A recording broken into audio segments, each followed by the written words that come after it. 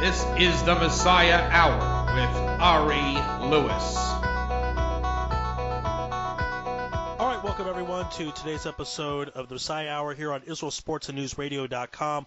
Thank you for joining us. We have a great episode today. If you'd like to email us at any time, whether it's during the show or after the show, you can do so at messiahhour@gmail.com, or you can email the station at IsraelSportsAndNewsRadio@gmail.com. Ever wanted to know if there is a correlation between news events and Israel and America's treatment of Israel? Really can't have a better person on, a man who is an expert in this field, very well known for his work in Washington and for just a tremendous book about Israel called Eye to Eye.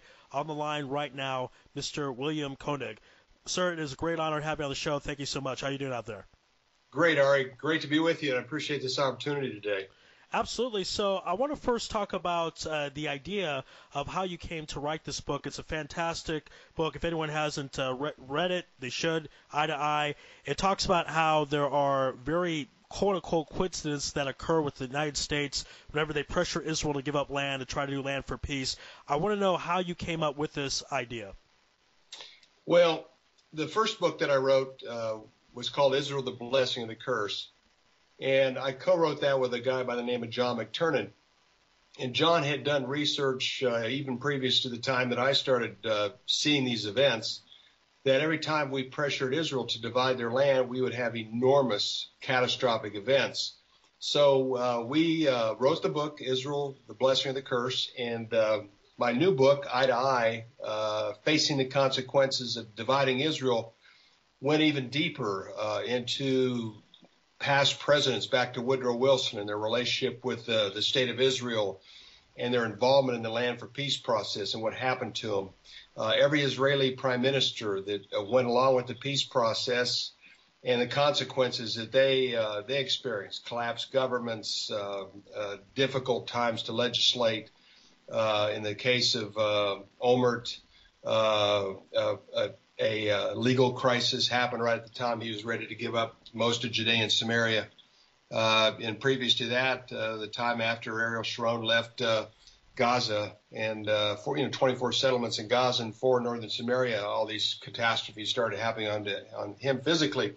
And then I also looked very carefully at every Middle East leader that attempted to divide or conquer the land of Israel and what happened to them. And I found out that one after another had untimely deaths, all the way back to Nasser of Egypt, Anwar Sadat, King Hussein from Jordan, Hafiz Assad from Syria, Hariri, the former prime minister of Lebanon. I mean, they all that were those that attempted to divide and obtain land or conquer land, they had they had very significant early deaths in many cases, and tragic deaths. Saddam Hussein, I should mention that. He was developing the 7 million man Jerusalem army that was going to take over Israel, take over Jerusalem. And even Gaddafi, 2 weeks before his demise, was calling for an army to liberate the land of Israel for the Palestinian cause. So it was just amazing, Ari. I mean, from the book and then some. I mean, you touch that land, there are consequences. So what I like about this is people should know that it's not some unfair thing, that it's not just something that happens bad to the Americans. Something will happen bad to Israelis and to Israeli leadership if they give up the land, according to your findings and your research. That's exactly right. Most of them have happened to the United States. Although there have been events that have taken place in Europe as well, especially when our presidents were involved in running for office and busy politically. The European Union, whether it was Merkel or Tony Blair or Sarkozy, even Cameron. I mean, when they started getting involved in attempting to divide or part the land, catastrophic things would happen. And even a recent one, December 17th last year, when the Palestinian state was brought to a vote at the EU Parliament, December 17th last year, the EU Parliament overwhelmingly voted for a Palestinian state in principle. That's the day the euro collapsed. It was 125 that day and bounced down to 105 the day that Europe selected a new peace envoy to handle the negotiations between Israel and the Palestinians. March 16th or 7th, it dropped down to $1.05 to the euro, the lowest level in 12 years. It just goes on and on, Ari. You touch that land, there are consequences to all people. This is God's covenant land he gave to Abraham, Isaac, and Jacob and their descendants, and no earthly leader has the right to part or divide or scatter the people of the land of Israel. Well said. I certainly hope some Israeli politicians are listening to this episode. I want to talk about September 11th because that was the biggest terrorist attack on American soil, and that a lot of interesting timing things with that. That was a week before Rosh Hashanah. There were actually a lot of Jews that were saved because they were saying a prayer of slichot. Some people thought it was some conspiracy by the Jews, whatever. But you talk about this in your book, in Eye to Eye. Was that at all related? Did America pressure Israel in any way around that time? And do you think that's why the attack happened? In a very significant way. 17 days prior to 9/11, President Bush, George W. Bush, King Abdullah from Saudi Arabia at that time, called Crown Prince Abdullah, Colin Powell, our Secretary of State, and Prince Bandar, the Saudi ambassador to the U.S., were having comprehensive negotiations. And this was an attempt to appease Crown Prince Abdullah because he thought that Bush was siding too much with Israel, had sent a message back to the White House that he's not happy about it, and he's decided to take his own course. And at that time, the economy was weak. Bush was concerned about the 1 million barrels a day that the United States was receiving from the Saudis, and was convinced by Colin Powell that we need to negotiate. And also, President Bush's father was very close to the Crown Prince Abdullah, as well as Prince Bandar was very close to the Bush family. So they started the negotiations. They were going to have President Bush was going to give a message to the UN Security Council on the UN General Assembly on 9/24, and it was going to call on Israel to go back to the 1967 borders. It was going to call for the splitting of the city of Jerusalem, and President Bush was going to call for a Palestinian state. 2 states living side by side in peace and security. This is something his father or Bill Clinton would never, ever have done. This was completely new ground. They finished the work for all practical purposes on 9/10, and I have the detailed Washington Post article in my book. And the work was all but completed. Prince Bandar was celebrating in his mansion here in McLean, Virginia, that this was going to be a very significant day, a day for the peace process. And then 9/11 happened. When I speak around the country, around the world, I always emphasize that the God of Israel did not produce the evil of 9/11, but he did not stop it. And he is responsible for our homeland security. Before 9/11 and after 9/11, we've had many events that have been stopped. And I think it's, life as we know it in America and around the world were dramatically impacted by what took place on 9/11/2001. Oh, of course. I mean, then that led to the Iraq War, fallen economy of the United States, a whole bunch of domino effects that occurred. Again, this is the Messiah Hour here on Israel Sports and NewsRadio.com. Our guest is William Koenig, author of the book Eye to Eye. You have a great story in the book. You told this at an Abatur in Jerusalem when I heard you speak in person, thanks to Mr. Ted Bellman, of George H.W. Bush giving a speech about how Israel needed to give up land, and then something personally happened to his house. Is that correct? Absolutely. This was really the beginning of these events. And I might add, Ari, there's been over 90 record-setting billion-dollar events in the United States that have a correlation to pressure on Israel. And the greater the pressure on Israel, the greater the corresponding catastrophe. These are the biggest in history. People say, well, there's always storms. No. These are the biggest in history. And the key is the greater the pressure, the greater the corresponding event seems to happen. The event that you're talking about here, President Bush, October 30th, 1991, is at a podium in Madrid, Spain, he and Gorbachev were sponsoring the Madrid Land for Peace conference. He is calling on Israel to give back what we call Judea and Samaria, and to fulfill the UN resolutions pertaining to this land, including Jerusalem. And at the very moment, the perfect storm, the famous perfect storm, was sending 30-foot waves into President Bush's home in Kennebunkport, Maine. I tell people, this wasn't a week later, a month later, or even a couple of days later. This was at the very moment he is in Spain calling on what Israel is to do with this land. And then the perfect storm, was a very significant event that most people in America recall because so many things had to happen to make it a perfect storm. And then the following year, when the Madrid conference, this would have been the 5th meeting, came to Washington, D.C. It was going to be a month-long meeting.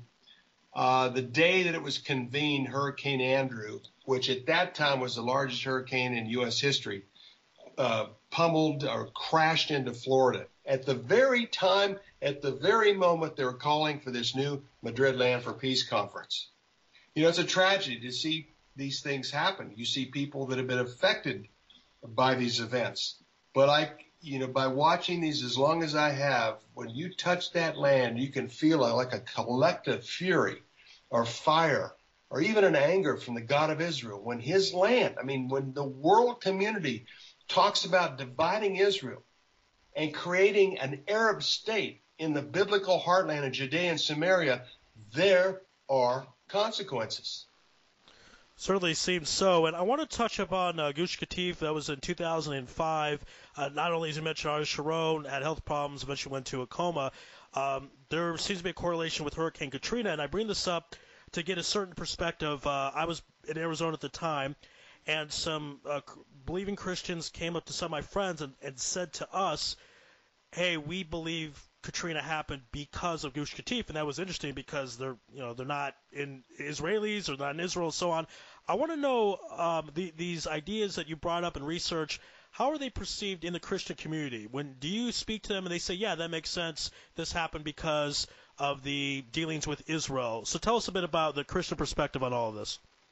It's a very interesting question and also point. I'll go into that, Ari, and then I think I can, if I can, share some of the amazing correlations with Katrina. Sure. And what happened in Israel the week before. The evangelical part of the church studies the Old Testament and the New Testament. And we believe from Genesis to Revelation, that's the inerrant Word of God. That's our beliefs. And what's also important is we also have a great interest in the 30% of our Bible that is prophecy. And that prophecy is Jewish prophets such as Isaiah, Jeremiah, Zechariah, Ezekiel, Daniel, and other prophets that have spoken of these times and have spoken of the final day conflicts that Israel will be in, and also spoken of the fact that eventually the final battle for Jerusalem will come down to the city of Jerusalem, which would be called Armageddon. Many people don't realize that Armageddon is the final battle for the city of Jerusalem. So our percentage of the church, the evangelical part, which is the smaller part of the church, is not Protestant or Catholic. We understand the biblical significance of the fact that the state of Israel today, the dry bones that have been rejuvenated on May 14, 1948, in this wonderful city and wonderful state and wonderful cities, is a fulfillment of prophetic Bible prophecy that came all the way from the Jewish prophets of the Tanakh, or as we call it, the Old Testament. Now, again, this is the Messiah Hour here on IsraelSportsandNewsRadio.com. My guest is Mr. William Koenig, author of the book Eye to Eye. And what's interesting also with the book is people might think, oh, this is a pro or an anti-Democrat book, but You have presidents, Republican, Democrat. I want to know your take. You worked in Washington a long time. If you feel that one party is more pro-Israel than the other, or it's just simply because it seems like there is a lot of anti-Israel sentiment from the State Department. Maybe that has an influence on policy, but people say to me Republicans are more pro-Israel. I say not really. If you look at it, there's pretty much a similarity between presidents, administrations. I want to get your take on it. Well, Israel is blessed because they have an amazing support from both political parties on Capitol Hill. And I tell you what, I'm glad they do, because our country's still standing because of it. The support for Israel by the Republicans and Democrats is nonpartisan, and it is strong. I mean, it is overwhelming support. I mean, we've seen many cases where we've seen letter writing campaigns out of the Senate that have had 80 or 90 senators out of 100 sign about the threats that Israel's facing in the Middle East, and they shouldn't be pressured to make peace with enemies. Same thing with the House. The House of Representatives, 435 members, is overwhelmingly supportive of Israel. I think the key here is, and this was an article that I read a couple years ago in the Washington Times, I think it's very accurate. I think it even has to do with the liberals and the leftists in Israel, is the Democrats and a lot of our left-leaning liberals in America believe that the problem in the Middle East is rooted in the lack of socioeconomic opportunities, that everything would be fine and copacetic and everything would work out well if we could just provide economic opportunities, throughout the Middle East. They don't talk about the Shiites or the Sunnis, even our brilliant think tankers here in D.C. They don't talk a lot about the reality of the people that follow the Quran and the influence that the Quran has on their way of life. And the greater and the more committed to the Quran, the more radical they become. So the Democratic Party looks at it as a lack of socioeconomic opportunity, where the Republican Party sees this as a battle between good and evil. They see it for what it is. They believe that if you move Israel out of Judea and Samaria and put a Hamas, Fatah-led government, then every corner of Israel will be at risk. They also understand those 100,000 rockets that are being put on the northern border of Israel, pointed at Israel, and the short-range missile capability that Iran is about ready to deploy in Lebanon and Syria is meant to just attempt to destroy the state of Israel. So I think the Republicans, Israel's blessed because you have some very pragmatic, clear-thinking members of the Republican Party that see this for what it is. And when the Ayatollah Khomeini of Iran talks about the elimination of the state of Israel, they take it for what it's worth. They listen to those words and believe with what he says. So with all that said, that's the differentiation between the two supportive sides of Israel in our political system. And I think that as obviously with what's taking place in Israel right now on the inside, on the border with Hezbollah, Syria, and the situation going on there, and as well as the situation that's taking place with Iran in this negotiations, this is a time for those that stand watch for Israel to be very concerned about what's taking place. Certainly. It's a very interesting time to say the least. There's no doubt about that. I want to go to some of the things that have happened currently or since you completed the book. If you notice things with President Obama's administration or things, because obviously he's wanted to pressure Israel, want to go back to pre-67 borders. I want to know if you see any correlation to anything that's happened to the United States or officers of the United States or politicians, et cetera. Tell us if you see any relationship. Or if I could throw in Katrina, then I could Sure. bridge over to this. Absolutely. I think the Katrina is very interesting to me. I think what's interesting about Katrina, every year there's maybe 2 or 3 major events that happen worldwide that receive the attention of over a couple billion people around the world. And in the year 2005, you had the death of the Pope John Paul II.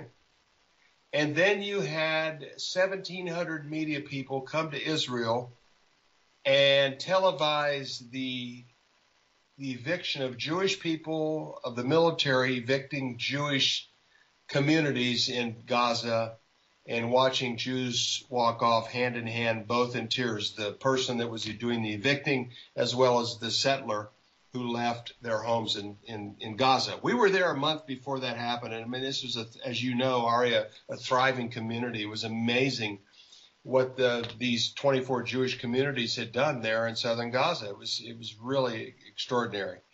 And what had happened is this is a week-long event. The media people throughout the world put this in the front page of every one of their newspapers, of the major newspapers, of this taking place. And probably over 1.8 billion to 2 billion people saw that, similar to the numbers that watched the Pope's events and then funeral eventually.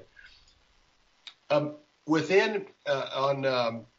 August 24th, the 23rd or 24th, President Bush, within a few hours after President Bush congratulated Ariel Sharon on the 23rd and the 24th, but especially the 24th, it was completed, it was done. As far as we know, it was all completed.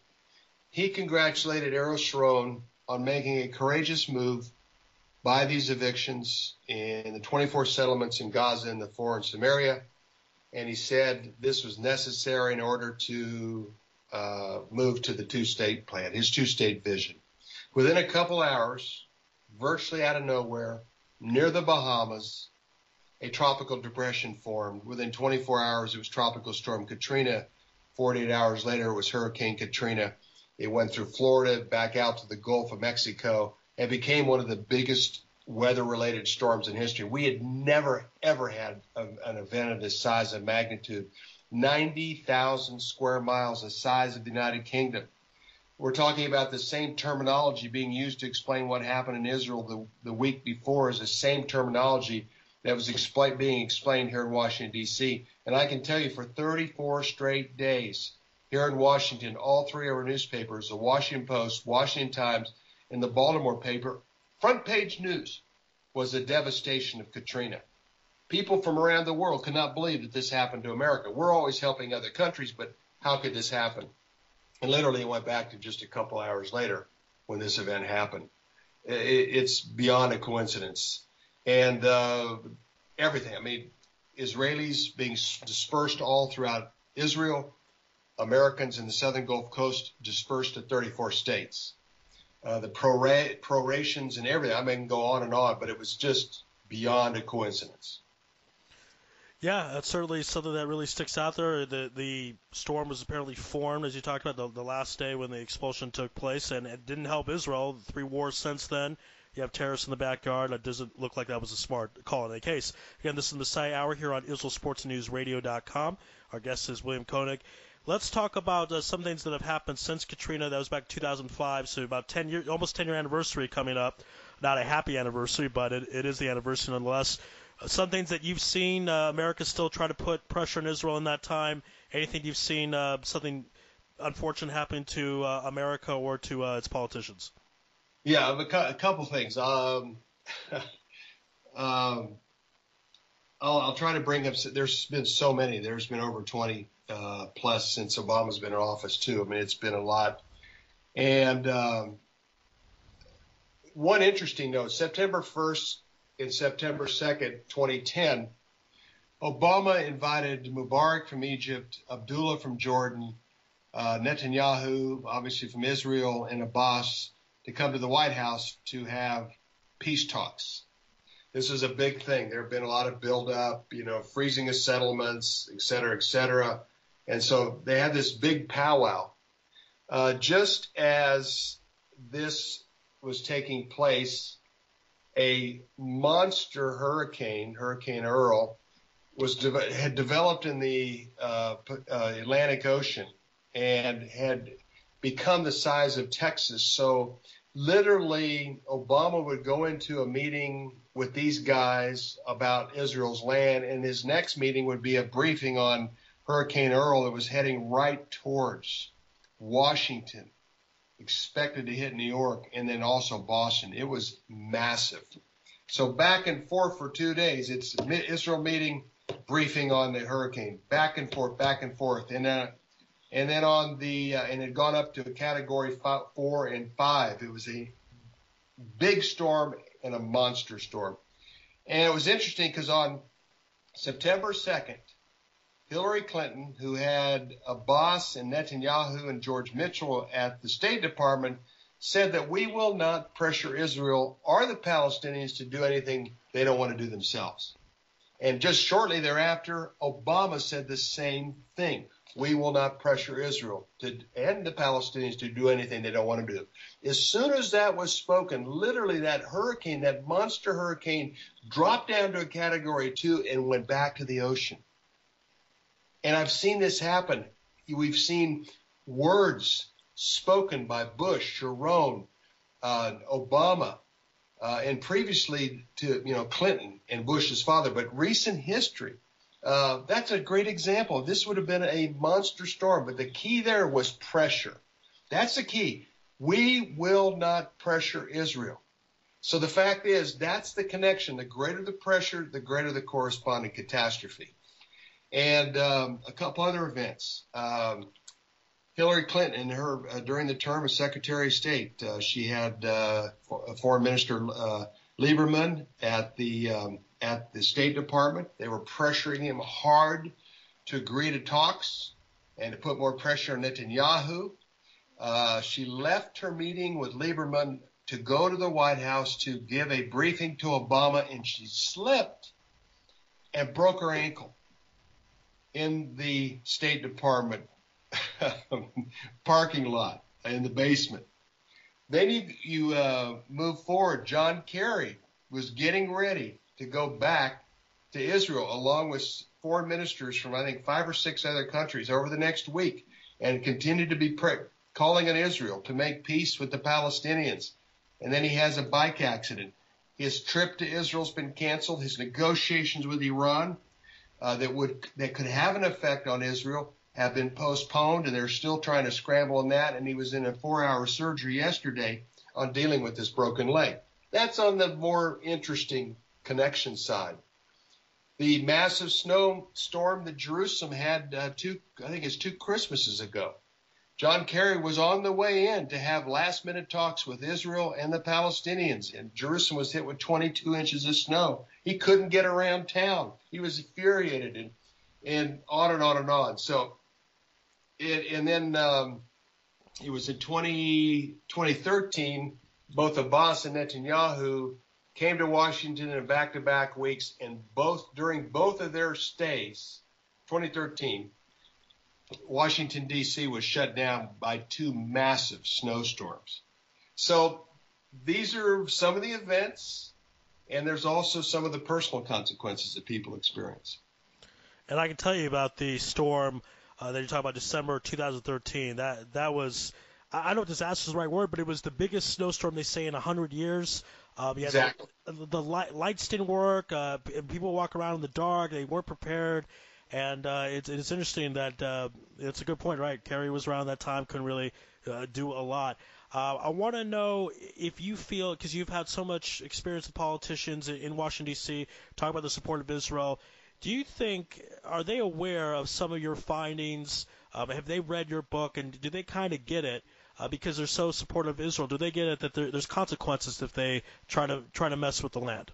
Oh, yes, there are. Congresswoman Bachmann, when she was Congresswoman, yes. Congressman Gohmert, yes. There's some other congressmen as well that have my book, that are familiar with it. We've given my book over to 100 senators and congressmen, most of them in key positions within the government. My book has 4 letters to President Bush before 9/11, 1, and then after 9/11. We've said books when Obama took office. We gave a book to Rahm Emanuel and David Axelrod, and Emanuel acknowledged it in a meeting. When I talked to him, he said, I have a copy of the book, and we didn't have a chance to go much further than that because shortly thereafter he left to run for the mayor of Chicago. But I've warned them all, Ari. I've warned them. We've talked about the consequences.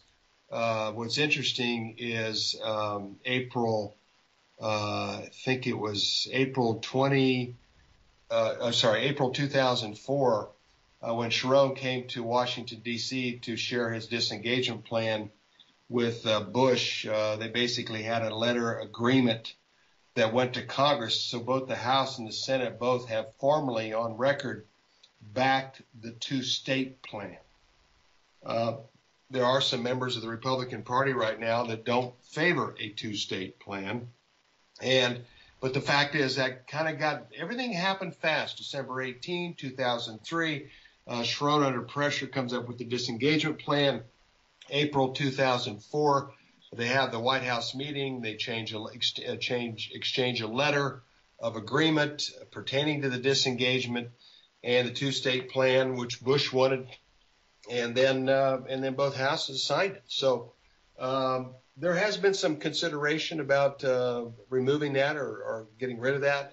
Don't know at this point, but there are definitely people that represent our government that are aware of the consequences and dividing the land. I know our government has always been reluctant to change that position, especially after Bush really pushed it through during his time in office, and Obama picked that ball up and ran with it too. So I don't know if anything will change, but we just keep telling people that land is not to be divided. The God of Israel did not intend for Judea and Samaria to be an Arab state. And we'll just keep saying that till as long as we can. Yeah, amen to that. Now, of course, there's a verse in the Bible that says, those who bless the children of Abraham will be blessed, those who curse will be cursed. I want to know, we touched very briefly financially in regards to the economy, if that is affected. If you take a look in the United States, late 90s, economy is very well. You get to the 2000s, not as well. I want to know if you feel that's related to how America treats Israel, or doesn't put pressure on Israel, does put pressure on Israel. So if you can just talk about the economical aspect. Yeah, no doubt about it. When you look at it, a friend of mine, Jonathan Kahn, has written a book about the mystery of the Shemitah, and he spoke of the Elul 29, 2001. That was on September 17th. That's the first official day of trading for the stock market after 9/11, and had a record collapse on September 17th. And then you go further out, you go 7 years out from there, you go to Elul 29, 2008. That's the day the Dow Jones dropped 777, and was one of the largest drops in the history of the Dow. And now we're looking at September 13th, 7 years out, Elul 29, which would be September 13th this year. First trading day here in America will be September 14th. So we're watching that date with great interest. And there's just so much pressure right now being exerted on Israel to make peace. Even Obama's comments this week talking about Netanyahu being, fearful of doing a deal, and was not very complimentary at all. Netanyahu lives in a tough neighborhood, as you know, Ari, because you live there as well. But Sure. It was not complimentary. So I think it's going to be very interesting to see what happens here in the next few months. I know the UN Security Council is ready to vote for a Palestinian state, but the United States vetoed that in December. The French are going to start putting pressure on Obama to go along with them. There's 5 permanent members of the UN Security Council. Those votes all have to be unanimous for a resolution to pass. And the United Kingdom, the British basically abstained from that vote in December, but France, China, and Russia said yes. The United States vetoed it. So I think the UK, I think the British might be ready to say yes. This could be a very interesting summer and fall. But the bottom line, based on history, there has been many economic repercussions. The whole peace process during the Bush term, that's when oil was cheap. And the more they got into the peace process, the higher the price of oil went. I don't know if there's a connection, but it sure is interest to me. And, right at 2001, 2003, 2007, and then the summer of 2008, when it hit a record level, the price of oil. And that's the whole purpose of the peace process in the first place, is to appease those Middle Eastern oil producers. So it definitely has an economic component, and could have an even greater one this fall. And I know your expertise is more politics, but there was a sports story that's somewhat political involving Israel. I want to get your thoughts. FIFA wanted to kick Israel out of their group, and then all of a sudden a bunch of people high up got busted, allegations of bribery, their careers could be ruined. I just want to know if you saw that story, and based on the book Eye to Eye kind of talks about putting pressure on Israel, causing problems. This is what happened with FIFA. Those people could be out of jobs, they could go to jail. I want to know if you think that's related. Classic connection. I think it's definitely related. You know, the corruption and those things were happening, it appears, anyhow. But the fact is that Israel was going to be marginalized and penalized and under great pressure, and then all of a sudden this big thing breaks at the very same time. It's a classic cause and effect, Genesis 12:3, blessing or curse moment. I'm glad you brought that up, Ari, because it is a classic event. And they were doing everything they could to marginalize Israel, and then all of a sudden it all blew back on them. And that's very, very atypical of these kind of things. And the funny thing was, then after some of those officials got busted, they then blamed quote-unquote Zionism. But it's ironic because they were anti-Israel, because they were anti-Zionist, that's why they got busted, it appears. Yeah. It's very interesting. It's one of those things, just like the perfect storm. The waves are crashing into the home as Bush was speaking in Madrid, not a week later, a month later, or 6 months later, at the very moment. And that's what I look at when I watch these patterns, and I see them frequently, is what was taking place at the time of the event. And usually that's a cause and effect. Boom, boom. I mean, they just are so closely knitted. And, Israel, the same thing's going to happen with the European. I mean, the fact that the euro collapsed on December 17, 2014, the day that the EU Parliament overwhelmingly voted for a Palestinian state in principle. I mean, it was at 125 that day, and it collapsed same day.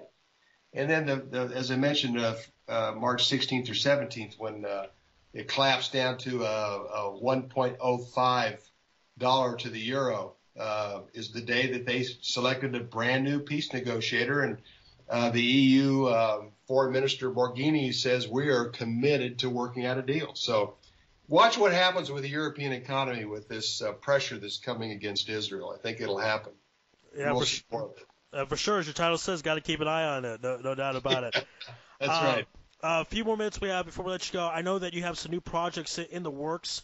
Tell everybody about that, how they can access that material, because it's important stuff. People need to be informed. People need to know certainly what's going on.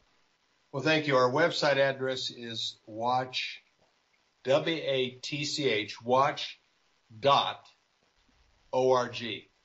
And we post news every day of the year. And we post news that is world news that's biblically significant, with a focus on Israel and the Middle East. We look at what the Jewish prophets of the Old Testament or the Tanakh speak of, and we write about those. And I put out a weekly news report every Friday. It's the Koenig view from the White House. I've been working out of there for 14 years. And it's insight from being there at the White House, and also insight from a Bible-believing Christian on the biblical significance of the state of Israel and God's plan for the nations, starting with Israel, going to Judea and Samaria and the uttermost parts. So that's our heart, is watchmen, keeping people informed, and also giving people things to pray about. And we've seen prayer answered over and over again. And we continue to have a unique position being here in Washington, but at the same time having a great heart and love for Israel and the Jewish people. Absolutely. And, again, it's great work. We appreciate your time. Again, if you want to go to the website, if you want to get Eye to Eye from Amazon, keep informed. Everyone out there should certainly know what's going on. Mr. William Koenig's been my guest here on the Messiah Hour on IsraelSportsNewsRadio.com. Thank you, sir. Thank you for your work. We really appreciate it. Thank you, Ari. God bless you. Yes, indeed. And before we end the program, I want to thank everyone for listening. And, as the verse says in Genesis, to bless Israel, you'll be blessed. So if you'd like to make a financial contribution to the show, you can do so through my PayPal account, IsraelSportsRadio@yahoo.com. Again, that is IsraelSportsRadio@yahoo.com. Thank you, everyone, for listening. This is the Messiah Hour on IsraelSportsNewsRadio.com. Shalom from Israel.